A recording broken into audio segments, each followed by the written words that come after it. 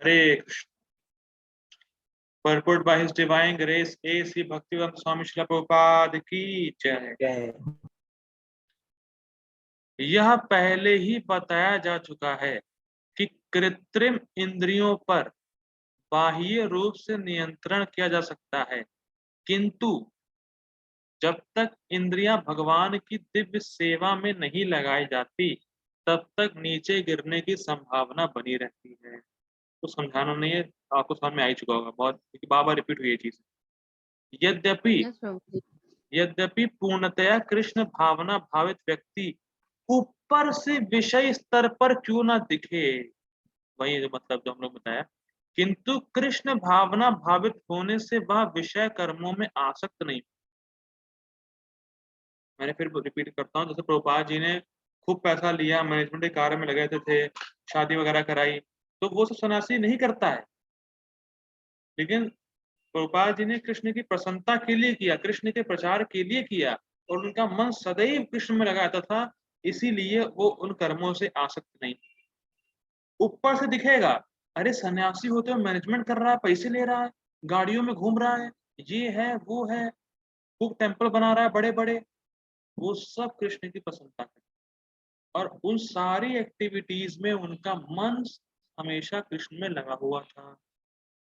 एक बड़ा छोटा सा इंसिडेंस याद आ गया मुझे।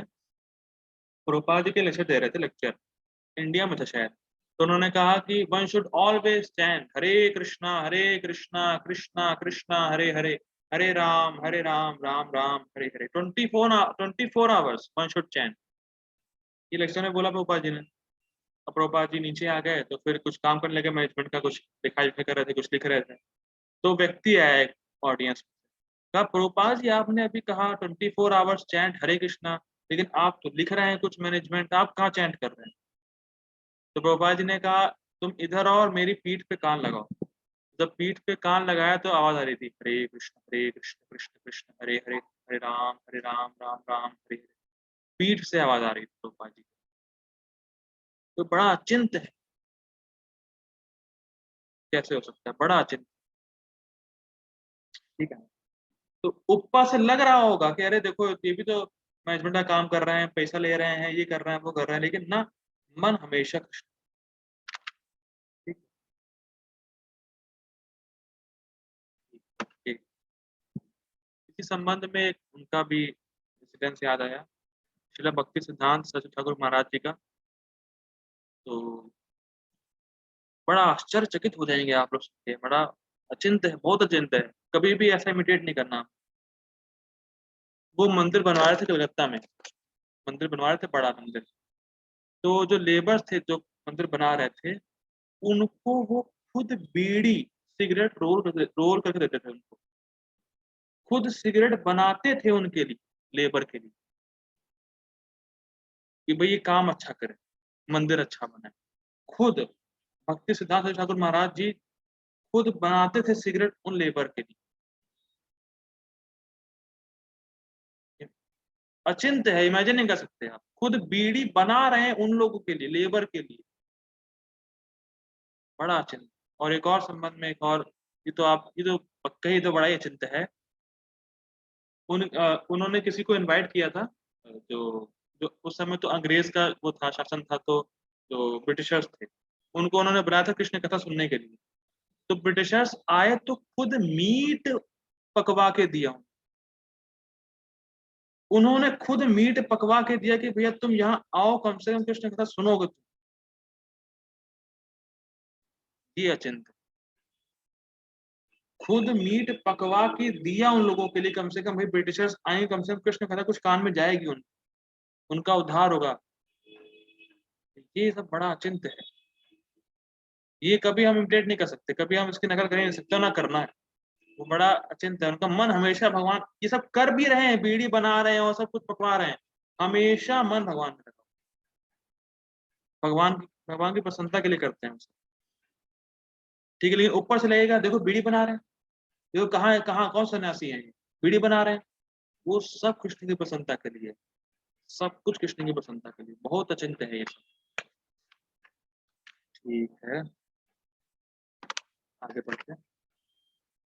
देखिए आ गया वही बात, उसका एकमात्र उद्देश्य तो कृष्ण को प्रसन्न करना रहता है, बस अन्य कुछ नहीं। वो सब कुछ जो भी कर रहे हैं कृष्ण की प्रसन्नता के लिए कर रहे हैं, अतः वह समस्त आसक्ति तथा विरक्ति से मुक्त होता है। ठीक है, कृष्ण की इच्छा होने पर भक्त सामान्यतया अवांछित कार्य भी कर सकता है। इसीलिए मैंने उनको एग्जाम्पल दिया।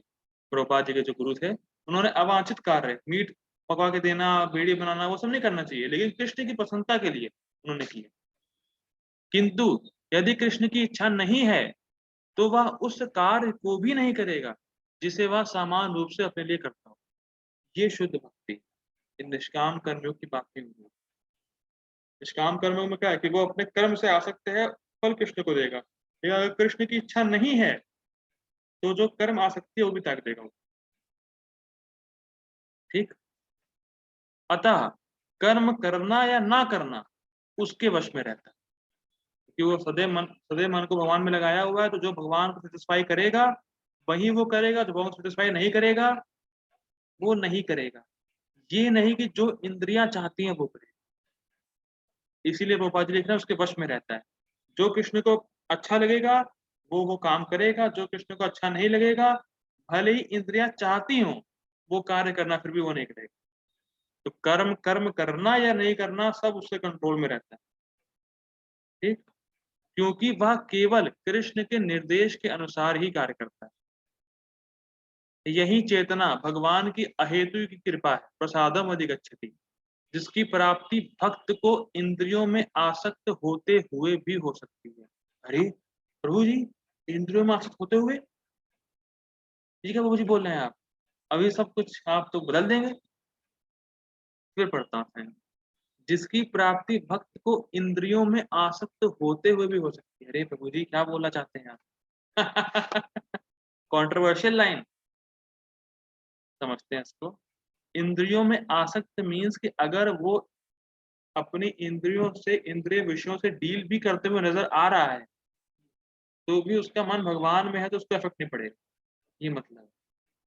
ये नहीं कि इंद्रिय विषयों से आसक्त है वो बिल्कुल तरीके से, राग है उसको, राग नहीं है, राग नहीं है, इसीलिए भगवान यहाँ बोल रहे हैं कि राग नहीं है उसको।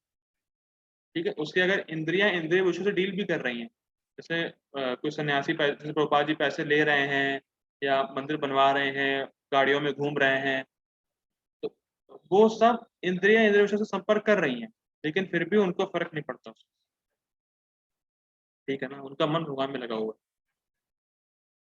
ठीक है, 65 नंबर श्लोक देखते हैं, आज का आखिरी श्लोक। हरि बोल। ठीक है,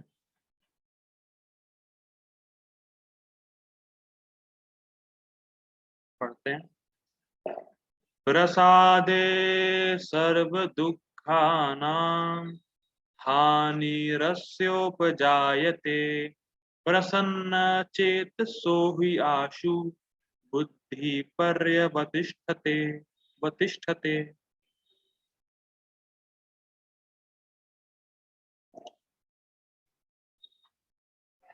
इस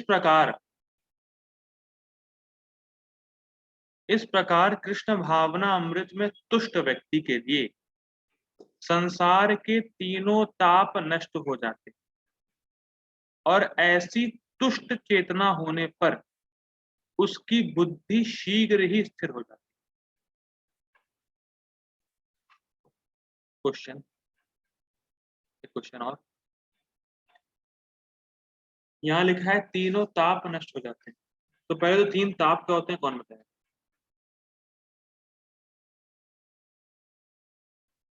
प्रभु जी, आदि दैविक, आदि आत्मिक और आदि भौतिक।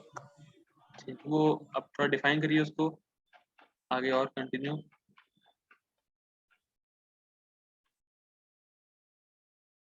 प्रभु जी, आदि दैविक जैसे फ्लड वगैरह, और आदि भौतिक जैसे जो दूसरे जीवों से मिलता है वो, जैसे मच्छर, और आदि आत्मिक जैसे अपने अंदर का जो भी क्लेश वगैरह। शरीर और मन से। यस प्रभु जी। ठीक, तीनों ताप नष्ट हो जाते हैं। तो मेरा क्वेश्चन ये है कि जो स्थित प्रज्ञ है, क्या उसको गर्मी नहीं लगेगी? क्या उसको मच्छर नहीं काटेगा? या उसको अपमान और मान नहीं होगा, सहन नहीं करना पड़ेगा, जो भी है, या उसको अंदर से कुछ बीमारी नहीं होगी? क्योंकि ये बहुत बात समझने वाली पॉइंट ये है कि एक व्यक्ति ने प्रभुपाद जी को इसीलिए रिजेक्ट कर दिया क्योंकि वो चश्मा लगाते थे। समझ में आ रहा है? अरे तीनों ताप नष्ट, चश्मा कैसे लगा सकते हैं, फिर बीमारी कैसे हो सकती है उनको? इसीलिए बहुत गंभीर ये मजाक नहीं है। ये मतलब लोग समझ नहीं पाते इस चीज को, बड़ा खतरनाक है कि जो स्थित प्रज्ञ व्यक्ति है, जो स्थित प्रज्ञ है, क्या उसको गर्मी नहीं लगेगी, या मच्छर नहीं काटेगा उसको, या बीमारी नहीं आएगी, या कैसे, क्या नष्ट हो गया तीनों ताप, क्या है मतलब कहने का यहाँ पे? ये है कि उन तीनों ताप की वजह से वो अपनी इंद्रियों को मतलब कंट्रोल नहीं खो देगा, क्योंकि उसका इंद्रियों से कोई मतलब ही नहीं, वो मन से मतलब है, वो मन भगवान में लगा है। तो जो इंद्रिय ताप जो इफेक्ट डालता है वो तो मन पे डालता है ना, इंद्रियों के जरिए मन पे पड़ता है, मन भगवान में लगा है, तो अगर कुछ ताप आया भी तो भी कुछ कोई फर्क नहीं पड़ेगा। ठीक है, और कोई उत्तर?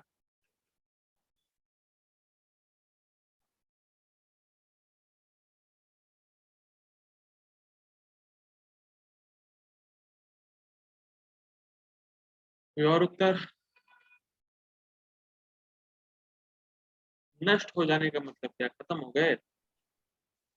प्रभु जी उसको कोई इफेक्ट नहीं पड़ता है उन सब का, उसको क्या मतलब माता जी? कृष्ण का सेवा कंटिन्यू रहता है। अच्छा, मतलब कृष्ण की सेवा में लगा रहता है, इसलिए नष्ट हो जाते हैं तीनों ताप? नहीं मतलब वो सह लेता है उसको सह लेता है? उसको अच्छा, हाँ। सहता है। तो सब सहता, तो प्रभुपा जी लिखते हैं कि तीनों ताप सह लेता है। नष्ट हो जाते हैं क्यों लिखा, नष्ट हो जाते हैं? नष्ट मतलब तो ये ना खत्म हो गए, तीनों ताप खत्म हो जाते हैं क्या? उसको फर्क नहीं पड़ता होगा अब। फर्क नहीं पड़ता, ओके, ठीक है। और कोई उत्तर? बड़ा सूक्ष्म पॉइंट एक है।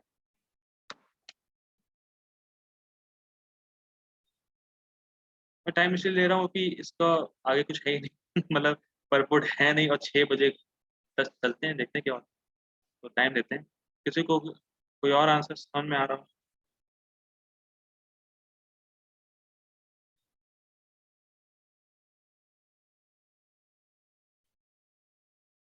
ओके, ठीक, बताता हूँ। देखिए बड़ा सिंपल है, तीनों ताप, देखिए पहले तो समझते सिद्धांत। ताप दे कौन रही है? ताप दे रही माया देवी, ठीक। और माया देवी क्यों दे रही है?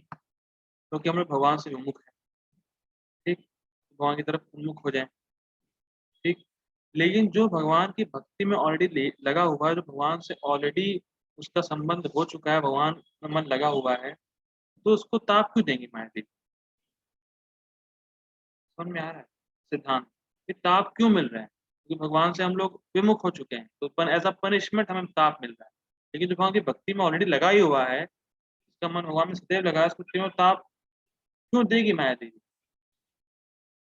ठीक। अब बहुत ही सुनिएगा ध्यान से।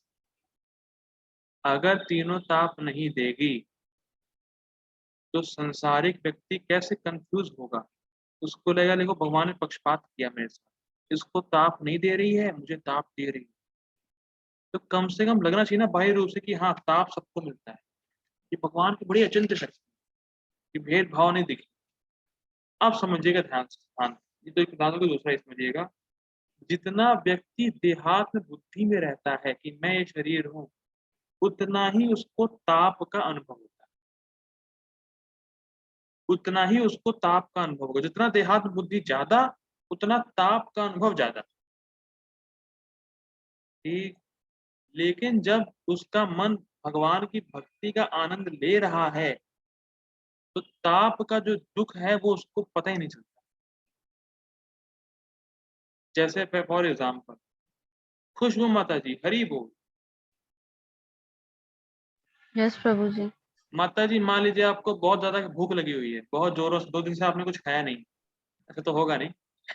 इमेजिन 2 दिन से आपने कुछ खाया यस नहीं प्रभु जी। और आप घर पे आई और जून का समय है, लाइट ही नहीं है घर में, बिल्कुल पसीने से तरबतर, बिल्कुल गर्मी है, तो आपको गर्मी का इफ़ेक्ट कम लगेगा या लगेगा ही नहीं? पहले आप भूख मिटाना चाहेंगे, क्या होगा? प्रभु जी दोनों ही लगेगा, मतलब ओके, गर्मी भी लगेगी, भूख भी लगेगी। भूख का असर ज़्यादा होगा कि गर्मी का? प्रभु जी पहले भूख का। ठीक, हरि बोल, हरे कृष्ण, ये जाना था माता जी। तो वैसे ही जैसे भूख का इतना ज़्यादा उसको अनुभव होगा कि गर्मी का उसको गर्मी होते हुए भी गर्मी लगेगी नहीं उसको। जैसे जिसका पेट अगर भरा है तो उसको गर्मी का एहसास बहुत होगा उस टाइम, लेकिन जो भूखा है सोचेगा पहले हम अपनी भूख मिटाएँ, गर्मी को ध्यान ही नहीं देगा। तो वैसे ही जिसका मन भक्ति के आनंद, भगवान की भक्ति के आनंद में लगा हुआ है, उसको ताप का अनुभव ही नहीं होता है, होते हुए भी नहीं होता है। इसीलिए नष्ट हो चुका है। समझ में आ रहा है? बड़ा चिंत यस ये बात। ठीक, पढ़ते हैं गीता भूषण टीका, लिंक देखते हैं, लिंक भगवान ने श्लोक क्यों बोला। हम लोगों ने पिछले श्लोक में देखा कि उसका मन भगवान में लगा हुआ है तो पवित्र हो गया उसका मन। अब इंद्रिय विषयों में लगी हुई है तो कोई फर्क नहीं पड़ रहा उसको। तो यहाँ पे बताया जा रहा है, लिंक ये है कि पवित्र मन प्राप्त करने पर क्या होता है। अगर पवित्र मन किसी ने प्राप्त करे तो रिजल्ट क्या होगा, तो रिजल्ट बता रहे हैं श्लोक में भगवान। जब योगी का मन पवित्र हो जाता है तो प्रकृति के संसर्ग से उत्पन्न दुखों का नाश हो जाता है। ठीक है, नाश इन द सेंस तो फर्क नहीं पड़ता है, अभी जो मैंने बताया। ठीक है, ठीक है। अब देखिए बड़ा सिंपल ये, अब इसमें प्रभुपाद जी ने कोई परपोट नहीं लिखा, लेकिन बड़ी इंटरेस्टिंग बात प्रभुपाद जी के ट्रांसलेशन, पूरे श्लोक में कहीं 3 ताप की बात ही नहीं की। अगर आप श्लोक पढ़ेंगे तो 3 ताप उसमें आता ही नहीं। प्रभुपाद जी ने टीका को ही ट्रांसलेशन में लगा दिया। ये इंटरेस्टिंग, प्रभुपाद जी ने टीका नहीं कही, कोई परपोट नहीं लिखा, लेकिन प्रभुपाद जी का जो जो गीता भूषण टीका है उसी को प्रभुपाद जी ने अपनी ट्रांसलेशन में लिख दिया। श्लोक में 3 ताप नहीं मिलेंगे आपको, लेकिन 3 ताप उन्होंने यहाँ से लिए। ठीक, प्रकृति के साथ जो प्रकृति का दुख है वो 3 ताप होते हैं, उसी को गोपाल जी लिख रहे हैं। ठीक, जिस व्यक्ति का मन शांत हो गया, अब शांत मन का मतलब ये है कि उसका मन भगवान में लगा हुआ है। मन शांत का कुछ लोग मतलब समझते हैं कि मन शांत मतलब वो शांत हो गया, वो कोई इच्छा ही नहीं कर रहा है। ये नहीं लेना है। बहुत लोगों को कन्फ्यूजन होती है कि मन शांत, शांत मतलब क्या है कि वो साइलेंट हो चुका है। साइलेंट नहीं हुआ है वो, उसमें भगवान की सेवा करने की इच्छा बराबर आ रही, बराबर आ रही, बराबर आ रही, ये शांत मन। कि कैसे कृष्ण को संतुष्ट कर दें, ये इच्छा जो होती है जब वो मन में आती है, बस वही मन में आती है, बस वही इच्छा मन में आती है, तो उसको बोलते हैं मन शांत हो गया। ठीक है, तो जिस व्यक्ति का मन शांत हो गया और आत्मा में स्थित हो गया है, मतलब वो समझ चुका है कि मेरा आत्म स्वरूप क्या है, मैं आत्मा हूँ, मैं कृष्ण का दास हूँ, जब वो समझ चुका है, समय स्थित हो चुका है आत्मज्ञान में, तो उसकी बुद्धि स्थिर हो जाती है। उसको समझते थोड़ा सा सूक्ष्म पॉइंट है। देखिए बुद्धि हमेशा प्लानिंग करती है। ठीक है, जैसे मैंने बताया था निश्चय करती है, तो प्लानिंग, बुद्धि प्लानिंग करती है जो मन में भोग के संस्कार होते हैं उसको प्राप्त करने हैं। फिर रिपीट कर रहा हूँ, जो मन में भोग के संस्कार हैं उसको प्राप्त करने की प्लानिंग का फंक्शन बुद्धि में चलता है। तो अगर मन पवित्र हो गया तो जो उसकी भौतिक प्लानिंग है कि मैं ये प्राप्त करूंगा, खुश हो जाऊंगा, ये प्लानिंग, ये ऐसे कैसे इसको, इस भोग को प्राप्त करना है, इस चीज से ऐसे प्राप्त करना है इस भोग को, वो सब समाप्त हो जाएगा। तो बुद्धि जो है अपनी पूरी प्लानिंग छोड़ देगी और बुद्धि सिर्फ कृष्ण की सेवा की प्लानिंग में स्थित। ठीक है, बुद्धि का फंक्शन है प्लानिंग, बुद्धि प्लानिंग करती है जो भौतिक भोग मन को चाहिए। ठीक, अब मन पवित्र हो गया है, भौतिक भोग रह नहीं गए हैं, मन में सिर्फ एक इच्छा है कि भगवान को संतुष्ट कैसे करना है, तो बस उसी की प्लानिंग बुद्धि करेगी और उसी प्लानिंग में बुद्धि स्थिर हो जाती है। ठीक है, ये मतलब। और प्रभुपाद जी ने इसमें कोई परपुट लिखा नहीं है। तो आज का हमारा सेशन यहीं पे एंड होता है। आई होप जितना पढ़ा हम लोगों ने समझ में आ गया होगा। रुकते हैं हम लोग यहीं पर। जगत गुरु शिला प्रभुपाद की जय।